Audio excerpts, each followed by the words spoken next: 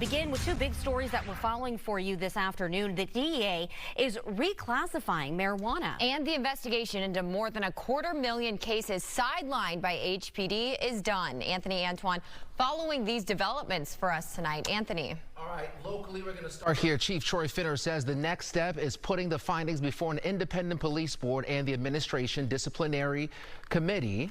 And then he says his department has been reviewing about 10,000 reports per week so far. As of today, a little more than 107,000 of the 264,000 incidents suspended have been reviewed. Almost half of them are able to be cleared, closed, and inactivated because of no leads.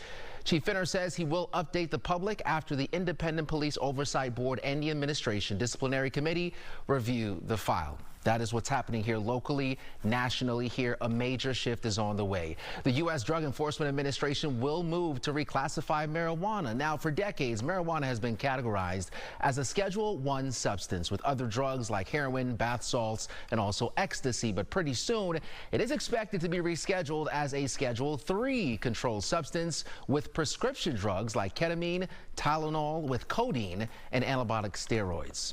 In 2022, President Biden asked members of his administration to review how marijuana is scheduled under federal law. Last fall, members of the FDA's controlled substance staff wrote that marijuana has a lower potential for abuse than other substances in Schedules I and II. It is currently accepted for medical use in the U.S., and it has a risk of low or even moderate physical dependence in people who abuse it. So we spoke to a doctor who can currently prescribe medical marijuana to get some of his initial feedback and what this could mean for his patients. I would hope that it would make it more available to them, that the insurance company would step in and take over some treatments, the cost of some treatments and things like that. That would be very helpful.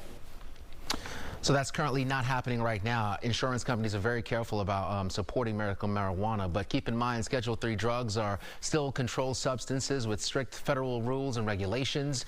And this can be seen as a popular move, especially in an election year. According to a Gallup poll last fall, 70% of adults support legalization of marijuana compared to just 30% in 2000. Not to mention, we already have 24 states, 2 territories, and D.C. who have already legalized marijuana for adult recreational use, and 38 states who allow it for medical purposes. Again, the DEA's proposal still has to be reviewed by the White House Office of Management and Budget, and then there's a public comment section, so that can also take a couple months when it's all said and done. But again, this will not legalize marijuana outright for recreational use, but it will be a huge shift once that ink is dried. We'll have more on this story for you tonight at 9. Caroline?